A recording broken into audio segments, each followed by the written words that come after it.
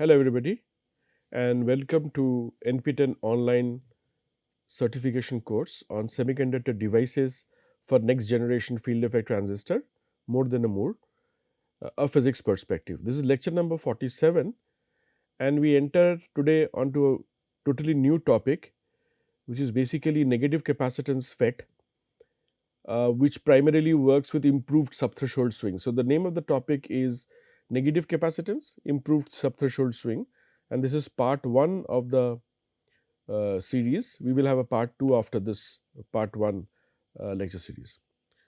So let's first of all understand what is the meaning of subthreshold slope and why subthreshold slope devices are important. So if you look at on the right hand side figure here, if you look at this right hand side figure here, then you have this MOS device, right? You have a channel which is in green, then you have source and drain here, and then you have the insulator which can be an oxide or a nitride, and you do have a metal gate here.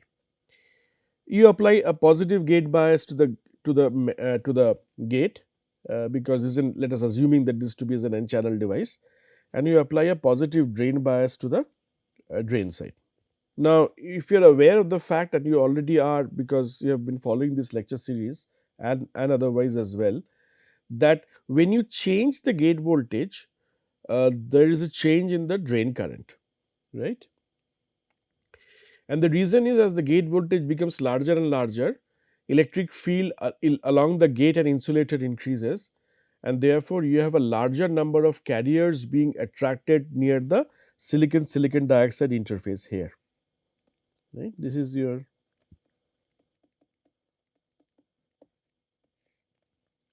interface, right? And as a result you will have a larger current available with you. And if you therefore, and by the same analogy, if I reduce the value of the gate voltage, the current will reduce. So we define SS as a subthreshold slope as if you want to have a decade change in the current, a decadal change in the current, then how much amount of gate voltage you want to change. So that is the reason you see it is given, the subthreshold slope definition is given by this formula, which means that let us assume that the amount of current flowing through the device was 10 to the power minus 4, right, amperes at Vg equals to say x, and it becomes 10 to the power minus 5 amperes at Vgs equals to y, right. Then the difference in the voltage is basically x minus y, right. This divided by this decade change in the current which you see here is defined as my subthreshold slope, and therefore the general notation for this is millivolt per decade. So for a 1 decade change in the current, how much millivolt change you want to see in the gate side is defined as a subthreshold slope, right. That is shown here. Now let us break it down into two parts. If you see the gate voltage here, then there are two capacitances which is available with us. One is of course the oxide capacitance, which is formed because of the oxide layer at this particular point, and there is also a, let us assume it to be a CDIV, we name it, and that capacitance is this capacitance at the bottom side, active layer of the device. And the potential which is there, surface potential, is somewhere in the middle, which is somewhere at this particular point. So these two, oxide capacitance and the channel capacitance, sort of works as a voltage divider network and tries to fix the value of phi channel, and therefore we can write down this statement as del Vg del phi Ch into del phi Ch del log Id del Id, out of which the first factor, this is defined as m, this is defined as m, and this is defined as n. Now the first factor m states that if I change my channel potential by a certain factor, how much, or otherwise if I change the gate potential by a certain factor, by how much factor does the channel potential change. So it gives me an idea about sensitivity of the device in a sense, and is given by this quantity. It is given by m is equals to 1 plus C diV, which is this divided by Cox, and n is given by this quantity where I get this into consideration, where I say that if there is a change in the value of the surface potential, then how much amount of that is getting converted into change in the drain current, and that is defined as n, right? It is, yeah. That is n here. So I have m here and I have n here, and if you find the value of n here, which is this one, this is basically 60 millivolt per decade, which means that for every 60 millivolt change here, the minimum value of it is 60 millivolt per decade. That means for one decadal change in ID, I would have a minimum change which I need to put in gate voltage. There is no other way I can do it, is basically 60 millivolts per decade. Where so you see this m value, the minimum of m value will always be larger than 1, right. So if this is 60 and let us suppose my m value is, let us suppose, say 1.5, right, then 1.5 into 60 will give you 90, right, 90 millivolts per decade. So you see, minimum value is always multiplied by the m factor, and that is the reason you will always get your subthreshold slopes greater than 60 millivolt per decade. The idea here is, in a negative capacitance FET, is to reduce the value of the subthreshold slope below 60 millivolts per decade. You will ask me, why is it important? This is important because I require that the switching speed should be larger. So, you can switch from on to off state very fast, right, and that is the reason you require that the subthreshold slope should be always smaller than the 60 millivolt per decade. Going forward, if you look at the left hand side figure here, then you will see that my on current is obviously in saturation given by this formula, and the off current is given by this formula, where VTH is the threshold voltage of the device. Now, look at the blue curve. Blue curve, the subthreshold slope is always greater than equals to 60 millivolt per decade. This is for a conventional FET device. So, for a conventional FET devices, the subthreshold slope is always greater than 60 millivolt per decade. Explanation already given to you by my previous discussion. Now, if you do an NC-FET, which is negative capacitance FET, you end up having your subthreshold slope less than 60 millivolt per decade. You can have typically your threshold voltage less than 60 millivolt per decade. And that is where the utility of these devices comes into picture, right. And we define that to be as this thing. So, so what we do is that when we do a VDD reduction without changing ion by I of ratio, this is very important. So, so you want to make your VDD scale down, right, because with passing technology node you want to scale down your VDD. Once you scale down your VDD, your ion will also scale down, obviously, but the trick is not to let the I of also go up. It should also scale down in the same proportion, so that the ratio of ion by I of still remains the same, and that is visible in the red curve here, which you see here. And as you can see, both of them will meet at 10 to the power minus 10 approximately I of at Vg equals to 0, but the intermediate position, that is the subthreshold region, this is my subthreshold region, this is where NC-FETs sort of in terms of speed becomes better than that of the ordinary devices. Now, the idea is that since you are actually reducing the dimension of the device, the heat dissipation handling becomes worse and worse, and this is what is and as a result, and moreover, your subthreshold slopes, as I discussed with you in the earlier slide, cannot go below 60 millivolts per decade, which is a Boltzmann tyranny. Now, if you combine these two, we are in a big problem, and the problem is that there is on one side 60 millivolt per decade as the limit, and on the other side, since the device dimensions are going small, its inability to handle the heavily generated heat because of dynamic operation of the device comes under question. And therefore, what people did was, and this was way back about a decade, maybe about 2 decades ago, they inserted a layer of ferroelectric between the oxide layer and the material, right. I will show you maybe one diagram here. So let me give you an idea here, that if you apply the concept of negative capacitance is, if you remember, I will give you an idea how does it negative capacitance comes into picture.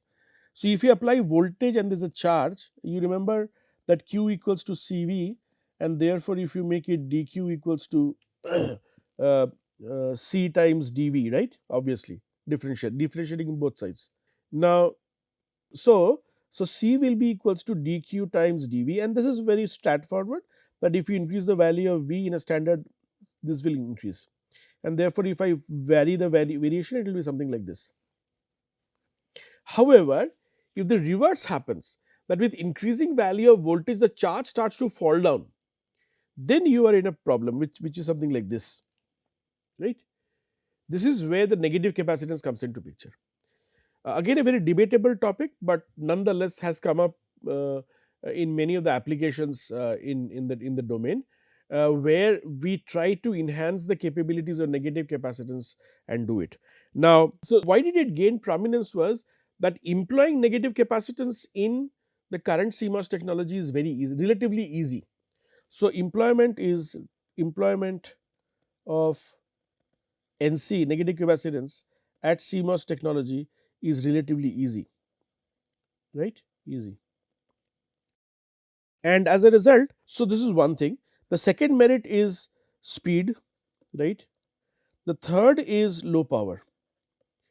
So these are the three important aspects of NC-FET which sort of are important. Now, you will ask me, how does an NC-FET looks like? So let's get back to the previous slide and let me rub all the this thing so that it's easier for you. Now, if you see, you have a gate, you have an insulator, and between gate and insulator, or between insulator and channel, you can introduce a ferroelectric layer. What's a ferroelectric? It's basically having domains, having polarizations, right? And as you apply a electric field, the polarization field starts to align with the electric field, right. And therefore, if you plot polarization versus the voltage, you will always get a remnant polarization, and you will get a negative polarization. So I will just show you that quickly before we move on to the NC design. So adding ferroelectric layer is an important point. So this, in that case, this is defined as interfacial gate oxide layer. This is known as interfacial gate oxide layer, this one, right. And when we do is we introduce a ferroelectric layer plus interfacial gate oxide layer. The problem is the series combination of this ferroelectric and interfacial gate oxide actually helps in stabilizing it. So if you directly put ferroelectric, the stability of the device will be under question, right. It will not be stable, and therefore when you put two materials together, you get a ferroelectric, a very good stable material available. And the second aspect is that the internal voltage amplification also improves drastically in that case, right. So that is the two advantages which you get out of it. Okay, so let me explain to you here. So here what we are doing is that we have this oxide layer. So this is COX, and then we have a ferroelectric layer here, CFE. So there are so there were initially two capacitances earlier. Now we have three capacitances in sort of a series application, and therefore their overall capacitance will be the series of COX, CFE, and CDIV, right, and therefore there will be three capacitances available.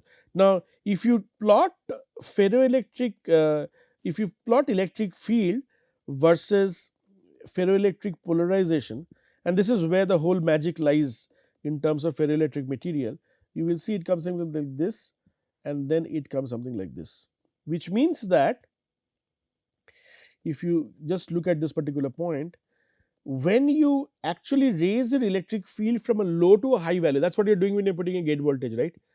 The polarization first of all increases, right, and then it reaches a maximum value and then saturates. Why? Because all the domains are now, so in a ferroelectric materials you will have domains, right, and they will be aligned in an arbitrary manner in all the cases. But when you apply electric field, it gets aligned in the direction of the electric field. And when all the domains get aligned, you have this fixed value coming up picture. And then when you reduce the electric field, you actually start to get a reduction. But the wonderful thing about it is that as you reduce the electric field, it does not follow this path, but it actually follows this path. So the upward going electric field path of the polarization and the downward going electric field path of the polarizations are different, right? And this is known as MFM cap, M metal ferroelectric metal cap capacitance, right? And here we use some LHK model, we will see later on, but typically this is given as microcoulomb per centimeter square as the value here, and then this is the electric field, you know already it is megavolts per centimeter which you will get. So you do have therefore CFE layer and then CMOS layer, both layers are available, and they form a series combination, and therefore and you can understand here that CFE is now bias dependent, right. So as you move the bias, the CFE value goes on changing depending upon the polarization, and therefore the overall capacitance goes on changing. A time comes when you have a negative capacitance, which means that you go on increasing the gate bias, but when the polarization starts to fall down, the capacitance falls down and the overall capacitance becomes less, goes on reducing. So it is not effectively a negative capacitance, but it falls down with increasing value of the gate voltage. Typically it has also been used in FinFETs, where you put an interfacial layer of ferroelectric material. So I can show you that as well. So I have this box layer, this is the box layer, box is the buried oxide layer, and then you have this layer, and then this is my source, this is a drain here, source drain, and then there is a gate at this particular point. What people have also done, many of the authors have done, is that they have inserted a ferroelectric layer on this side to the source side, sort of an asymmetric layer, and a dielectric layer at this particular side. So this is my dielectric layer here, and this is my ferroelectric layer which you put, right, and these are the spacers which you put between the two edges of the fin, and thereby making it work like a fin device. Okay, let me come to the MIS-FET structure, which we have already seen. And what we see is that the figure which you look below is basically the structure of a ferroelectric layer being inserted between the gate oxide layer, right. And if you look at the right hand side part of that is basically the equivalent circuit model, then you see that the gate is divided, the gate capacitance here which is CG, and you have this CS which is substrate capacitance available here. And so where are you applying the gate voltage? You are applying at VG, right, you are applying at VG.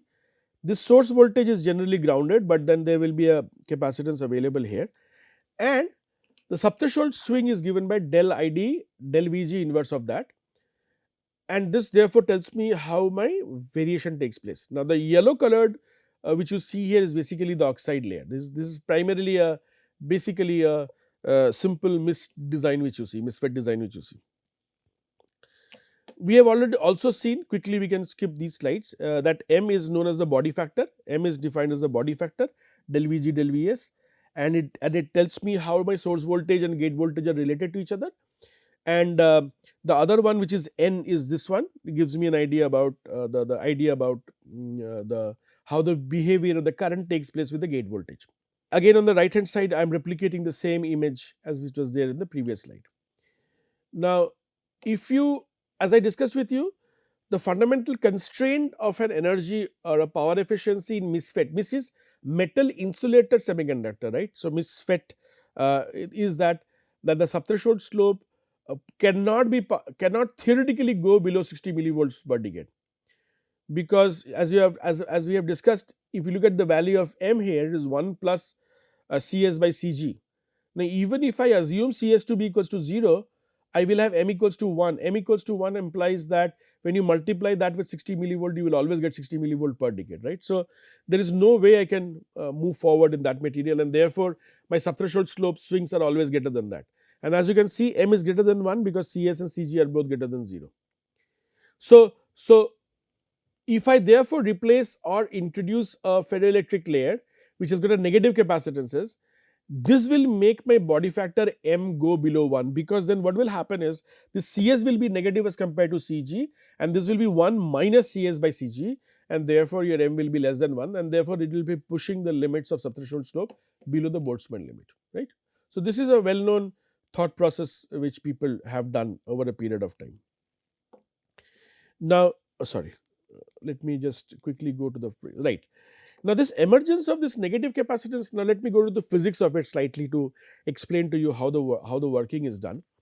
If you look at the emergence of the negative capacitance in a ferroelectric layer, basically it follows from what is known as a Landau's double well landscape. What does it tell me?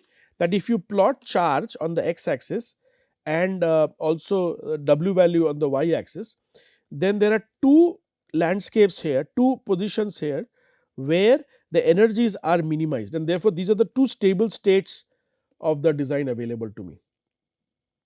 This is the capacitor energy, right? This is the capacitor energy. This has been normalized with respect to W0. Let us assume W0 to be a constant value available to us. Now, as I change the charge from a high value to 0 to a negatively large value, we see that we get two positions. From where we get it will be beyond the scope of the current discussion. But one thing is for sure, that these are the 2 points, let me name is at x and y. So, x and y are primarily the domain where minimum energies are available. And therefore, if you can place the ferroelectric at these two positions, you will have a sort of a least energy curve available to us in this case. Now, for example, if you would have been here and if you have added a small amount of charge, the energy would actually go on increasing, right? And similarly, if you reduce it, it will go on increasing. And hence you get this curve here. Now, the capacitance value is given by d2w dq2, the second derivative of the energy versus charge variation, and that gives me the value of CNC negative capacitance as negative, because this is always negative. Why? Because it is bending like this, right? In the minimum value you get. Remember your basic differential equation solution when you do a maxima minima problem, that's exactly the same idea. Since your energy has basically minimized, you will have your CNC to be actually equals to negative value, right? And that is what we are getting in this case. Now, we will not go into the concept of multi-domain and monodomain, but let's look at one important point. If you look very carefully here, and if you look at these arrowheads here, right, these arrowheads here, this tells me the direction of the domain, right. So, there are ferroelectric domain within that area, which is again bias dependent, right, and as you can see, they are moving from positive to negative in this case, and therefore always they will go from positive direction to negative. But when you go down to this particular point, you will have one up, one down, right, that cancels off each other typically. But this is the point where you will get all of the domain aligned in a single direction, and therefore most stable consideration in terms of energy is available to us. Now, while so there are two concepts in ferro, is that typically if you divide the ferroelectric material into smaller domains, each domain will have a single direction of their domain heads, but different domain might have different directions of their domain heads. So, this is defined as the domain head which you see here, right. This is the domain head which you see here. Now, while the multi-domain theory configuration actually preserves the negative capacitance concepts, there might be some problem that these are, so if your nearby domains are not aligned in the same manner, there will be some amount of undesired effect in terms of instability of the device, and therefore NC-FET might not be stable beyond a particular point. Now, if you look at so if the charge distribution is inhomogeneous, which means the charge is not equally spaced, you might not be in this Landau's minimum energy position at any point of time, right. And as a result, what will happen is that there will be good amount of instability. On the right hand side, as you see, is a circuit diagram for a NC and a CS taken together. Now, we have replaced the sort of oxide layer by an NC layer, right, ferroelectric layer. Let's again now come back to this, and another way of looking at it is that, as we discussed, that you put a dielectric buffering layer between the ferroelectric and the semiconductor. Why? Because maintaining stability is a very important task. So, this was the concept which people used way back, that they introduce a dielectric layer, an oxide layer between the NC layer and the substrate layer, right? And therefore, if you see, equivalent circuit diagram looks like CNC on the top, and then you have this CD at the bottom, and then you have CS here at this particular point, right? So, simply by changing the value of CNC, I can actually make the whole thing work as a negative capacitor. Now, if you look carefully, then on the right hand side, if you look at the figure here, the left hand side figure shows you a metal ferroelectric metal insulated semiconductor field effect transistor. So, it is MIS-FET, and so there are two domains, one going from bottom to the top, another going from top to the bottom. Since the domains are not equally spaced or the charge carriers are not properly spaced, I can actually extract a current between CNC and CD, and that is what I have shown here, that there is a IQ current which can flow through the device, right, because of net change in the current. Now, another way of looking at is that rather than having a single domain, if there are two domains available, then we can divide that into two parts, CC and CNC. So, on the right hand side figure, if you see, I have CC which is coming from bottom to top, and the CNC comes from top to bottom, and here also I can actually have a working prototype of a MFSM-FET using NC-FET devices, right, and that is what we have shown in this figure on the right hand side.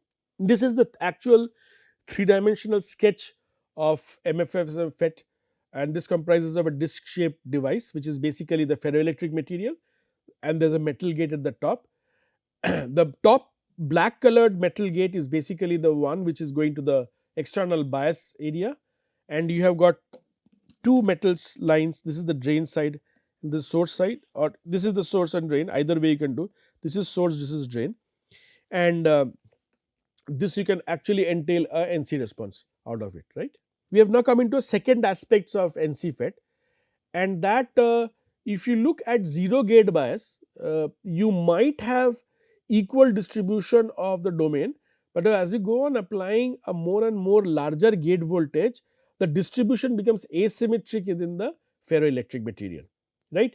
And as you can see in the left hand side figure, as you go on applying a more and more larger gate voltage, the top to bottom domain dominates because you are applying electric field in the bottom direction, and therefore asymmetricity sets in, right.